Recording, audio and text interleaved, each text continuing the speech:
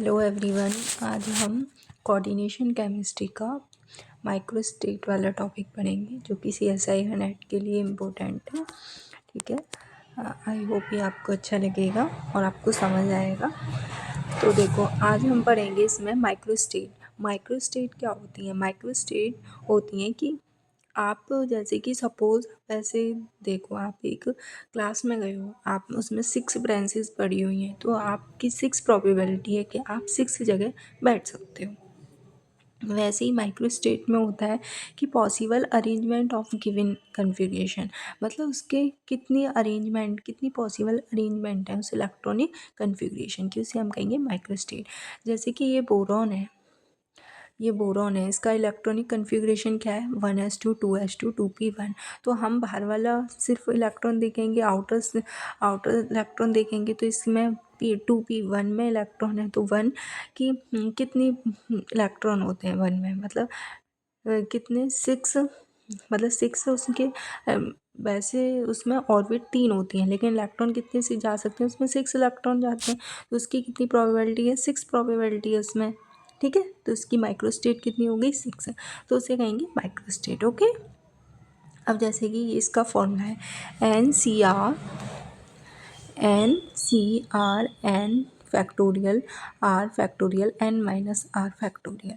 N इसमें क्या है कि उसमें इलेक्ट्रॉन कितने होते हैं, जैसे पी में कितने होते हैं मैंने आपको बताया था 6 इलेक्ट्रॉन। डी में कितने इलेक्ट्रॉन, मतलब ज़्यादा से ज़्यादा कितने इलेक्ट्रॉन होते हैं, वो पी में 6 होते हैं, डी में 10 होते हैं, एस में 2 इलेक्ट्रॉन होते हैं, ये सारे SP D। ठीक है, एफ में कितने इलेक्ट्रॉन जा सकते हैं, 14 इलेक्ट्रॉन जा सकते हैं।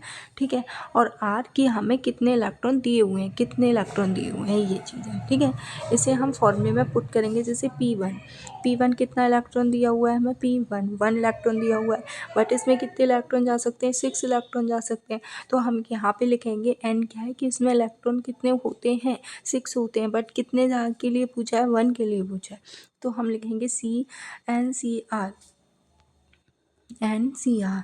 ठीक है, NCR 6C1 6 फैक्टोरियल 1, क्योंकि इसमें एक के लिए पूछा गया है, 6 माइनस 1। अब फैक्टोरियल जब हम हटाते हैं तो 6 इंटू 5 इंटू ऐसे, मतलब 1 तक करते हैं। ठीक है, तो हमें यहाँ पे भी हमें 6 में से 1 गया तो 5 बचा, तो 5 फैक्टोरियल अपॉन 5 फैक्टोरियल, ये कट जाएगा, तो क्या आ जाएगा 6 मतलब इसकी 6 जगह ये इलेक्ट्रॉन जाके बैठ सकता है, इसकी 6 जगह प्रोबेबल। ठीक है, पॉसिबल है कि ये यहाँ आके बैठ सकता है। अब जैसे P2 में क्या है, 6, यहाँ पे R की जगह 2 लिख लेंगे, लेकिन P है तो 6 ही इलेक्ट्रॉन उसमें आते हैं, तो हम इसे यहाँ पे, तो इसकी कितने हो गए 15, माइक्रोस्टेट कितनी होगी इसकी 15। ओके, अब D10 माइनस n जो होता है, उनमें माइक्रोस्टेट जो होती है वो सेम होती है। ठीक है, अब जैसे D1 D9, इसमें D1 n, अब जैसे 10 में से n की वैल्यू कितनी दी हुई है 1, तो 1 माइनस करेंगे 9 आ जाएगा। तो D, यही बात ये बोला है कि DN और D10 माइनस n की माइक्रोस्टेट सेम होती है, तो इन दोनों की माइक्रोस्टेट क्या होगी, सेम होगी। D2 DN की वैल्यू क्या है, इसमें नेक्स्ट में 2 है, और 10 माइनस 2 करेंगे तो 8, तो D2 और D8 की सेम होगी, 45 होगी। आप निकाल के भी देख सकते हो, सेम ही निकलेगी। ऐसे D3 और D7 की D4 ये सबके लिए वैलिड है, लेकिन कितनी होती है आप डायरेक्टली याद करते हो, क्योंकि CSI या नेट में ऐसे अगर आपको डायरेक्ट वो चीज़ें याद है तो आपके लिए टाइम थोड़ा बच जाता है और आप अच्छा स्कोर कर सकते हो, तो उसमें याद बहुत करना होता है। ओके, अब हम बात करिए, तो हमने पढ़ी थी माइक्रोस्टेट। अब हम बात करते हैं स्टेट किसे कहते हैं, स्टेट। ठीक है, state are collection of microstate of common characteristic, मतलब क्या, इसे हम इस तरीके से समझ सकते हैं, जैसे कि कोई क्लास है, उसमें 45 बच्चे हैं, 45 बच्चे क्या हुए, उसकी माइक्रोस्टेट हो गई। अब उन 45 बच्चों को हमने 3 क्लासेस में डिवाइड कर दिया, एक तो सबसे इंटेलिजेंट बच्चे बहुत ही होशियार हैं, एक जो मिडिल है, एक जो बहुत ही वीक है, जिन्हें कुछ ही नहीं आता, तो 3 क्लासेस में डिफाइन, मतलब क्लासीफाई कर दिया। वैसे ही स्टेट होती है कि हमने माइक्रो स्टेट को अलग अलग स्टेट में क्लासीफाई कर दिया। ठीक है, जैसे कि अगर 0 है तो क्या L 0 है तो S आएगा, L की वैल्यू 1 है तो P आएगा, 2 है तो D आएगा, 3 है तो F आएगा, 4 है तो G आएगा, 5 है तो H आएगा, I आएगा, ये सारे होते हैं। ठीक है, अब जैसे कि P2, अब इसमें बताना है हमें इसकी क्या स्टेट स्टेट बताना। ओके, स्टेट बनानी है तो ये इसका फॉर्मूला होता है L is equal to L1 - L2 ये इसका फॉर्मूला होता है। L की वैल्यू P के लिए कितनी दी हुई है 1, तो यहाँ पे 1 - 1 करेंगे L1, तो 1 + 1 करेंगे, 1 - 1 करेंगे तो 0, 1 + तो L की वैल्यू क्या क्या आ गई, मतलब ये सोचो आपने किस किस चीज़ में क्लासीफाई कर दिया, 0 1 2। 0 के लिए क्या आती है state of SP, state of P2 configuration, तो क्या क्या आ गई SPD। ठीक है, स्टेट किसकी निकल के आई है P2 की। अगर P1 और D1 के लिए करेंगे हम तो P के लिए L की वैल्यू इसके लिए कितनी है L1, L2 कितनी है 2। ठीक है, L1 - 2 करेंगे, L1 की वैल्यू कितनी है 1, L1 की वैल्यू कितनी है 1। 2 के लिए L की वैल्यू कितनी ऊपर बताई थी 2 होती है, तो 1 - 2 करेंगे 1 आ जाएगा। आप सोचोगे मैम -1 आएगा, बट ये इसके अंदर है तो ये माइनस की चीज़ भी प्लस ही हो जाती है, तो ये प्लस ही रहेगा। L प्लस ये 3 आएगा, तो L की वैल्यू क्या आ गई 1 के लिए P आती है, 2 के लिए D आती है, 3 के लिए F आती है। स्टेट ऑफ D1 P1 की क्या आ गई, ये सारी स्टेट है PDF, मतलब से बच्चों को हमें PDF में क्लास ऐसे भी मतलब ताकि आपको याद रहे। ठीक है, अब D2 के लिए आप देख सकते हो, D2 के लिए क्या है देखिए, D2 L 2 - 1 2 2 - 2 2 + 2 0 1 2 3 4 ये निकल आएगा, 0 से 4 निकलेगा, लेकिन जो बीच में इसके वो कर रहे हैं वो हम खुद ही लिख लेते हैं। आप सोचेंगे मैम ये कैसे निकल के आ रहा है, तो ये हम इन 0 और 4 के बीच में जो भी नंबर्स आ रहे हैं वो सारे, तो 0 के लिए S होता है, 1 के लिए P, 2 के लिए D, 3 के लिए F, 4 के लिए G। फिर अगर हम इसकी इस तरीके से माइक्रो स्टेट निकालेंगे तो वो भी निकल आएगा, कितना निकलेगा 45 निकल आया। ठीक है, ये तो था स्टेट। अब हम बात करते हैं टर्म। टर्म क्या होता है एनर्जेटिकली डिजनरेट ऑफ माइक्रोस्टेट। ठीक है, अब देखो 2s+1, ये इसमें क्या है 2s+1 जो होता है इसमें पहले जब हम स्टेट निकाल रहे थे तो हम क्या देख रहे थे, सिर्फ L की वैल्यू देख रहे थे, बट अब हम टर्म निकाल रहे हैं तो टर्म में हम क्या देखेंगे स्पिन मल्टीप्लिसिटी आ जाएगी। ठीक है, और कुछ नहीं आएगा। ठीक है, ये आ गई सिर्फ स्पिन मल्टीप्लिसिटी। L क्या था टर्म, सॉरी स्टेट, और ये पूरा क्या है टर्म। ओके, ध्यान रखना। अब जैसे मतलब ये इस तरीके से कि आपने क्लासीफाई कर दिया, लेकिन इंटेलिजेंट जो बच्चे हैं, बहुत होशियार जो बच्चे हैं, उनकी कितने कितने बच्चे हैं, जो सबसे वीक हैं वो कितने बच्चे हैं, मिडिल वाले कितने बच्चे हैं, इस तरीके से ये होती है टर्म। ये एस वैल्यू इसकी देखते हैं, तो एस वैल्यू अगर अगर मतलब ओनली 2 इलेक्ट्रॉन है तो उसके लिए हम करेंगे एस की वैल्यू होगी S1 - S2 S1 + S2, और अगर 2 इलेक्ट्रॉन से ज़्यादा है, मोर देन 2 इलेक्ट्रॉन है, तो उसके लिए फॉर्मूला होगा 1/2n। ओके, n क्या है इसमें कि उसमें अनपेयर्ड इलेक्ट्रॉन कितने। ओके, अब जैसे कि ये -2 ये निकाल लिया हमने। ठीक है, ये निकाला तो इसके लिए 0 1 आ गई, 0 करेंगे 1 P2 के लिए। अब देखो P2 के लिए हमें टर्म निकालना है, जब हमने निकाली थी स्टेट, तो टर्म निकालने के लिए पहले L की वैल्यू निकालेंगे। L की वैल्यू हम आगे सीख चुके हैं, L1 - L2 L + L2, तो 0 1 2 SPD, तो 2 इलेक्ट्रॉन है तो कौन सा फॉर्मूला लगेगा S - 1 S+1 S1 + S2, तो ये 0 1, ये क्या निकल के आई है एस की वैल्यू। बट अब हम इसे निकले किसी एस की वैल्यू को इस वाले फॉर्मूले लिखेंगे स्पिन मल्टीप्लिसिटी में, तो एस की वैल्यू एक बार 0 लिखेंगे, 0 + 1, अगर किसी का 0 में मल्टीप्लाई करते हैं 0 हो जाता है 1, तो क्या आएगा 1 1 1 निकल के आया है, तो इसे हम बोलेंगे सिंगलेट। ओके, 1 के लिए होता है सिंगलेट। अगर 1 रखेंगे जैसे कि 2s+1 1 रखेंगे, 2 1 ज़ा 2, और 2 में 1 प्लस करेंगे 3, 3 क्या हो गया ट्रिपलेट। ओके, 3 हो गया ट्रिपलेट। जैसे 1 0 रखा तो सिंगलेट। ये अब देखो ये सारी निकल के आ गई।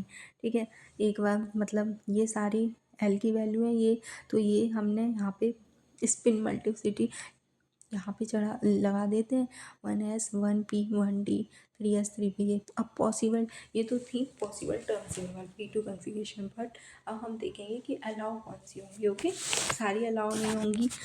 अब देखो हाउ टू डिटरमाइन अलाउ और फॉरबिडन। अलाउ कौन कौन सी होंगी ये देखते हैं।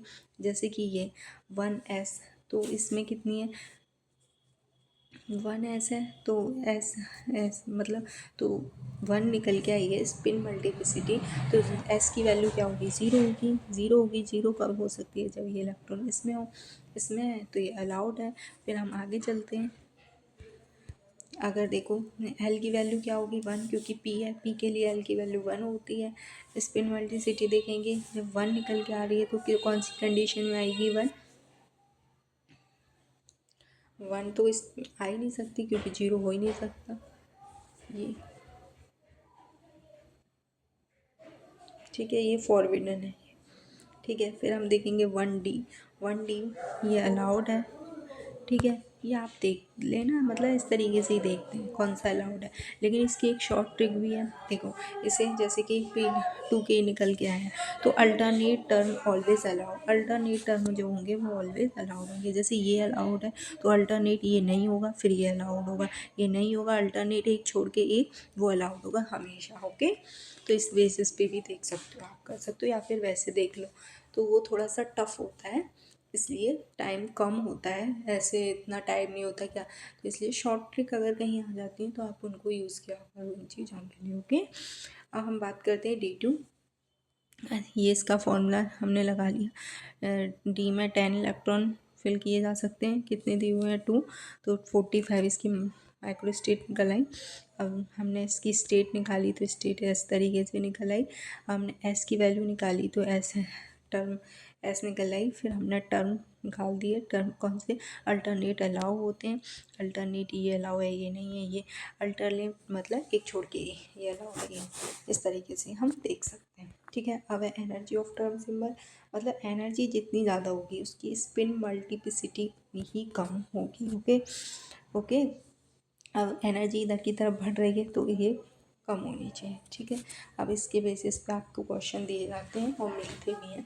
जैसे P3, इसके क्या क्या है टर्म, जैसे ये 1s 3p 1d,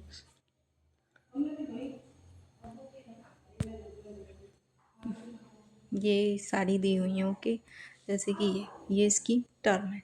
अब हमें इसे अरेंज करना है, जिसकी जितनी ज़्यादा है, सबसे ज़्यादा इसकी है तो इसकी एनर्जी सबसे कम होगी। क्यों, क्योंकि इसकी स्पिन मल्टीप्लिसिटी इतनी ज़्यादा है, सबसे ज़्यादा है, तो ये सबसे कम है।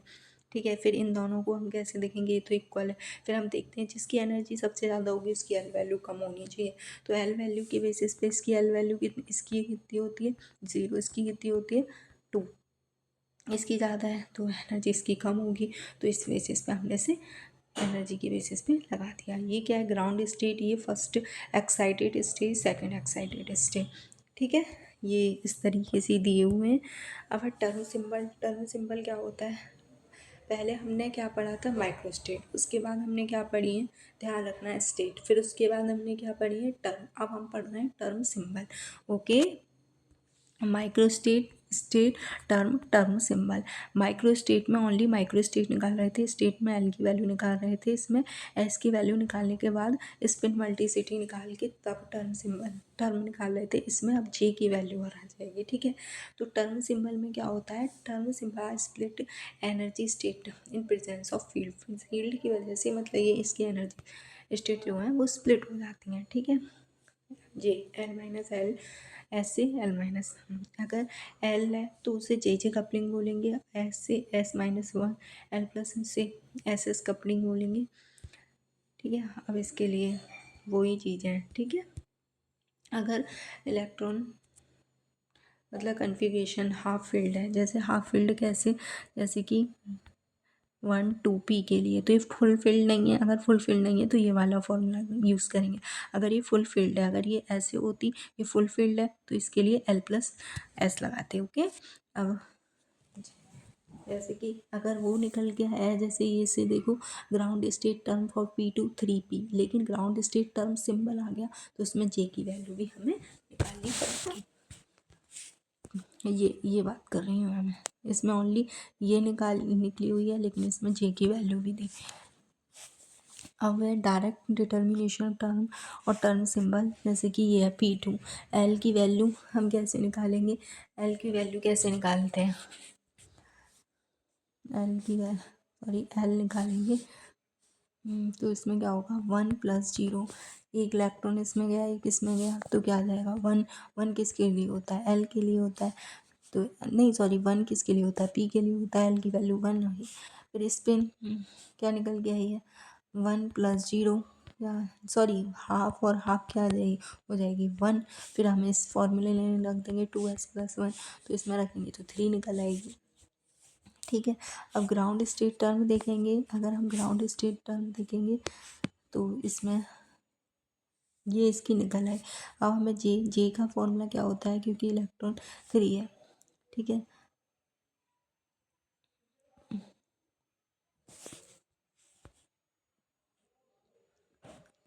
ये अच्छा ये वो निकल गया, ये ग्राउंड टर्म सॉरी टर्म। अब हमें स्टेट निकालनी है, तो इसमें जे माइनस, क्योंकि ये हाफ फील्ड है तो ये वाला जे L-1 से L+, तो एल की वैल्यू कितनी है 1, एस की भी 1 थी। ये एस की वैल्यू निकाली है, स्पिन मल्टीसिटी की नहीं रखी, तो ये 0 1 2, लेकिन ये हम रखेंगे क्यों, क्योंकि ये हाफ फील्ड है। अगर फुल फील्ड होता तो हम इसके पैरों में ये रखते, बट ये हाफ फील्ड है तो ये रखेंगे, तो इसलिए ग्राउंड स्टेट टर्म ये निकल के आएगी। D2 के लिए भी हम ऐसे ही करेंगे। ठीक है, D3 के लिए भी ऐसे ही होगा, D3 201। एल एल की वैल्यू कैसे निकलेगी, एल की वैल्यू 2+1+0, तो 3 आ जाएगी। 3 के लिए क्या होता है, एफ होता है, एफ होता है तो एफ आ गया, फिर हाफ हाफ ये आ जाएगा, ये सारा ये D3 भी हो गया। अब हम बात करते हैं हीलियम के लिए। हीलियम में क्या होगा, जैसे कि हीलियम है, हीलियम में 2 इलेक्ट्रॉन है, ओके 2 इलेक्ट्रॉन है, तो एस की एल की वैल्यू क्या आ गई, क्योंकि ये तो जीरो ही होता है, तो ऐसा आ जाएगा। ये आप मतलब हाफ और हाफ, प्लस हाफ और माइनस हाफ कट जाएंगे, जीरो आएगी, तो स्पिन मल्टीसिटी क्या आ गई 1, तो 1 एस ग्राउंड स्टेट आ गई इसकी, ग्राउंड स्टेट था। ठीक है, इसके लिए भी यही होगा, हीलियम के लिए मतलब इस तरीके से ही होगा। सी के लिए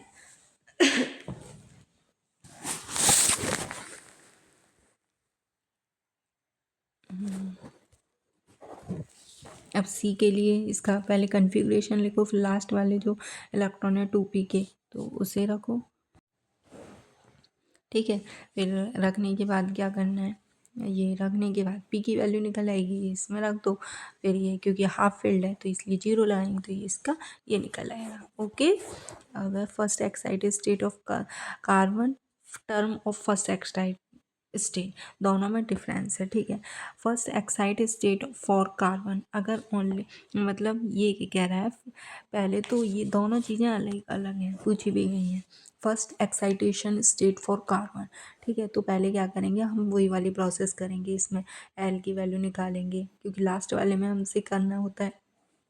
एस की वैल्यू 3 आ गई, जे निकालेंगे, फिर ये निकालेंगे, तो जिम ये सारा हो जाएगा। फिर एल की वैल्यू निकाल लेंगे, फिर वो वाला वो लगाएंगे कि एनर्जी किस किस के स्पिन मल्टीप्लिसिटी के इन्वर्सली होती है, डायरेक्ट इन्वर्सली होती है, और एल की वैल्यू के इन्वर्सली होती है, जो कि वह, लेकिन अगर उसमें ये मतलब इस तरीके से करेंगे। ओके, मतलब फिर ये निकल आएगा। अब इसमें अगर टर्म फॉर एक्साइटेशन, तो इसमें पहले एक्साइट करेंगे, ये जो पेयर था इसे एक्साइट करके जब इसकी एल वैल्यू निकाल के तब करेंगे। Okay, determination of ground state term for complex, अगर ये दिया हुआ है फ्री आयन, तो D4 करके इस तरीके से निकाल लेंगे। फ्री आयन में D4 आ गया तो फिर निकाल ही लोगे, जैसे पहले निकाल रहे थे, ये इस तरीके से। लेकिन कॉम्प्लेक्स है तो पहले इसकी वो निकालनी है ऑक्सीडेशन स्टेट, दैन उसके बाद हमें निकालना है D4। अब ये weak fielding and weak fielding and है, तो पेयरिंग नहीं होगी, पेयरिंग नहीं होगी तो इसमें चला जाएगा, इसमें चला जाएगा, तो D2 एल की वैल्यू क्या आ जाएगी, 2 आ जाएगी। 2 आ जाएगी तो क्या होगा, डी हो जाएगा, स्पिन 2 हो जाएगी, स्पिन वर्टिसिटी 5 हो जाएगी, ये निकल आएगा। हाफ फील्ड है तो 0 लेंगे। ठीक है, ये इसका कॉम्प्लेक्स एक दिया हुआ है। जैसे ये अब ये स्ट्रॉन्ग फील्ड लिगेंड है, ये आपको पता होना चाहिए, तो मैं आगे बता दूंगी आपको। ये स्ट्रॉन्ग फील्ड है तो ये पेयरिंग कर देगा, पेयरिंग कर देगा तो ये फिर एच निकल आएगी। क्यों, क्योंकि 2 2 जा 4, क्योंकि इसमें 2 हैं। 5 आ जाएगा, 5 के लिए एच 1, क्योंकि ये दोनों कट जाएंगे, हाफ ऑफ 1 होता है, स्पिन ये आ गई। फिर L-1 L plus half field है तो ये लगा देंगे। ठीक है, ये फ्री एक्साइटेशन स्टेट होती है। Thank you so much, I hope आपको समझ आया होगा। ठीक है, ओके, खुश रहिए। अगर आपको अच्छा लगता है तो प्लीज़ लाइक करो। Thank you.